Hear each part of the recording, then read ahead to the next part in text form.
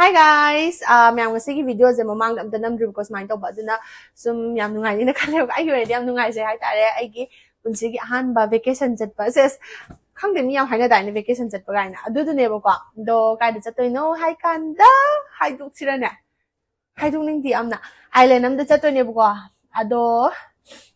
mayam na comment ta hairo kari island mali do ado ai pek tong mina se na taw bone ko adum video se maga pek tong ke taw bone adum pu da ya da ba pot ching hai di aina ai ga aham chapani na chatluba mayam na video jeng bi ta ga awat pa mayam dum hai bi ro ko ado haura se ko ai kem khang de do ai gi pu ga da khara da dum yom jang ge taw bone ai gi trolley si lai re ado angang gai gi budi loina ma ready da lai gre ba ko ai gi do dum ulak ke khoi sai gi ju ma thok pa dum taw sa ni ai gi ne ba ko ado ahan ba da aina pudo ja aina sum samudra bana set ke na sim dum half ke na khalle ba ko ado sim hapani aduga age frog khara leire sije adum ko matat marang adum khara set lani ba ko duna leire tu siga se smaina tawe tu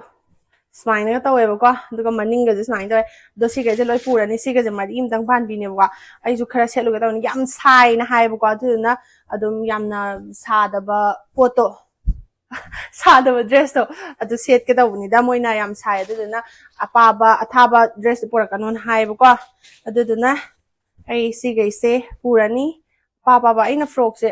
dum online dai lebu su yaure na tabu su dum yaure ko ai pa hap san gra dam ke dor do no na tra hayeng pu ba da dum mathom ram khangaroi da pot ni ba pijen numit kya ni kong chat no adu ki island da de numit mangani le ka ta bani ba ko adu da set ka ta bangak ta ne ba ko ado si mari zima oire frog ko dum haptan gra ge ba ko si mompang fidak amaga towel amaga si hapani duka ai dress atopa t-shirt kumba adai di cord set ama yaure asi ma hapchalani ai sige jeans jacket che dum hapage ba ko haidi amu khangni nung tin ga chura di tamngam de da leire duka oh akhoi na pi ai digi maru oi ba yum da leibada oiro travel da bada oiro ama oiro haidi tha khudingi chang da ba yadra ba haidi sije pu da ba yadra ba ne bo khoi na chat kan ado sigi product se yo na di ai yo na te kon pi singi lo na mag ne ado ai yo na handak pu ga da ba ai sije ka ni panties yo na pu ra ke ba ko haidi dum ai na set pa nungai ba jathok te sin tau ba mi ki hotel da kai da lek pa da haidi phamung mo pa hui da ango ba da tha ba ni na ai na dum isa na kara ka hai ni section jabado adu na mathau tai dana ko aduna ai si ona purani ba ko sije phajana ulake manung na mayam han na sije everteen gi period care disposable period panties ne ba ko ai sije khara phajana ulake ko ngasi de ama lauthor aga ulake ko dalai to sije anim ga safflower ga yawi ko ado dum masing di tara dum yausare dum kuina ju dum chatle ahing amada amama mel su dum yai ba ko haidi aduna dum chap cha jabi do adu do oe ba ko aduga sigi size adu magi size ko m dai na l bow jina ni ko dum medium flow oi ba do adu da sizna ba yai ba aduga l dai na xl bow jina kitang yam heavy flow oi ba do adu da sizna ga da bani ko adu ai handak tin ko dum khara parap to ba hai tai ne ko haidi chatho sin da dam ni yam na tha ba da mel re ko adu na ina m dai na l bow se si ina lei re ba ko ado adum kana bujing de dum haira ke ko hojikan yam na travel da budi chakna re adu duga ahing tumba khotpa na chane ko ahing mi gi mayum da lekpa khotpa kari kara dum hotel da kai da lekpa ja isan yam na section mam thoi de na ko adu naina si ja na just taw zabani ko kitang naksala na magi yam phajan haini ge ko magi nungai ba da ado tu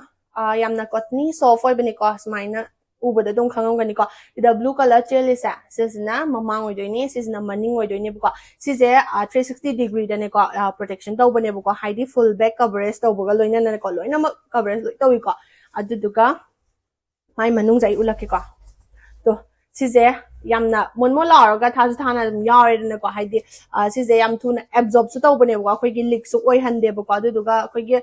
ke haini kuina se taraga ju manam nam thirak ko do dugum do oi de ko idea odor control do bi bane ko to aduga sigi mapan je hai tare ne ko sigi mapan ji tu yamna soft oi raga ne ko adum phajana ke haini ngak pi ba protection do do oi bane ko aduga sije 2x faster da absorption taw bani ko yam nungai bane sijina bada mon ga lauraga haidi likum oibdo amta leroy bako akoigi heavy flow oiba midadi yamna perfect oibdo adudo oibni ko haidi ado akoina adum overnight use tau kanda yamna nungai bado adudo oibni ko haidi akoina pekumba melaga tum daraga di akoi matum tasan gi ba yawi adu musemna ni khona ni adugumba do adugi awaba leitre bako adum akoina kesu yamna nungai na tumbado yai haida sigi je selaga tummadi ko manam namthiba su fahalaroi advanced wetness lock technology yawe aduna sizinabada yamna nungaibado adudo oye adu long lasting su oye aduga disposable oibani na akoina sizinaba hek loibaga dum hundoki yar aduna myam akoi kesu waningai oidre smaina period panties se leirabani na ko aide sigi everteen gi sina nungaiba hen bagi adum sizinai buka every period kudingi dum sizinai tumbada or yumdadi ko tumbada khopada si dum sizinai buka hantakti ko sapada ju purani ado sum pamba yaronggani buka nupi myam ado pamba yargadi description da dum sigi link to hapamge buka che auto biro chatina nungaibado adudo oibane yong selaga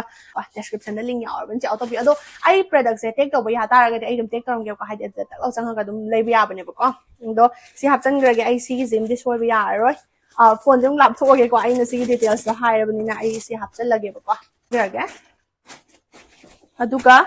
aige sim de dum handbag oina dum yala doine buka si bags de aduga side bag oina ba si dum pu doine ko haide dum koi bi sapada phone nu hapna buka duga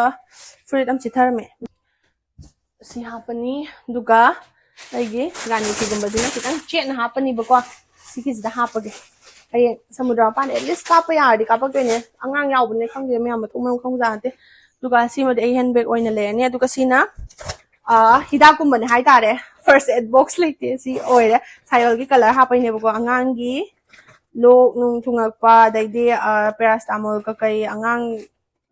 moi di siam darkar oi ko cha chen mani mayam to sini hidak dama pur cha toinya dai di naton da hapna ba dai di bigs kumba angang gi ko adugumba ne aduga pai kok chik na ba gulli warning da na ba gulli ka kai lo ni mo yar ko hadi jahaz tong cha toine ba ko matik moi ko do benet ke lo yare ba ko do sine si jo haptan gra ga duga ai khwai dai maru ri chi sini ko makeup pouch ne se ai gi sina ga do makeup sing do si lo yare si hapani duga ai gi spec kumba de ai kano dum hapani ko spec kumba dai gari extra duga sigi phone sing chota na ba ji ai sida dum hapani ba ko duga purani ado kai wali hai kanda sandal ju pura ai gi tungna ba flat amma maina dum tunga dum chalaga dum adu da hen pura roi ba ko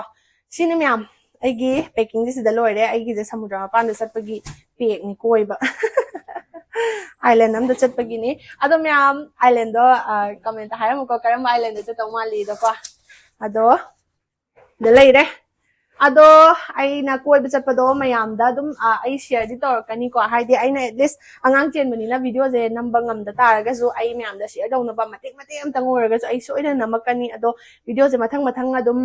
yaur ani yengminar se myam ado da leire tek to loire sine angang pon na bizima so roi ado koi sayol hoi angang gi atop khong dhaw kre ko aduna mayam ngasi gi de sida loi sala video je ado ai gi sida awat apa adum le na ko akhang ba yaw ga te dum habiru ai gi da han ba experience ne ba ko aduna khangde ado ngasi gi video je loi sala ge mathang gi video da koi ba gi ye bye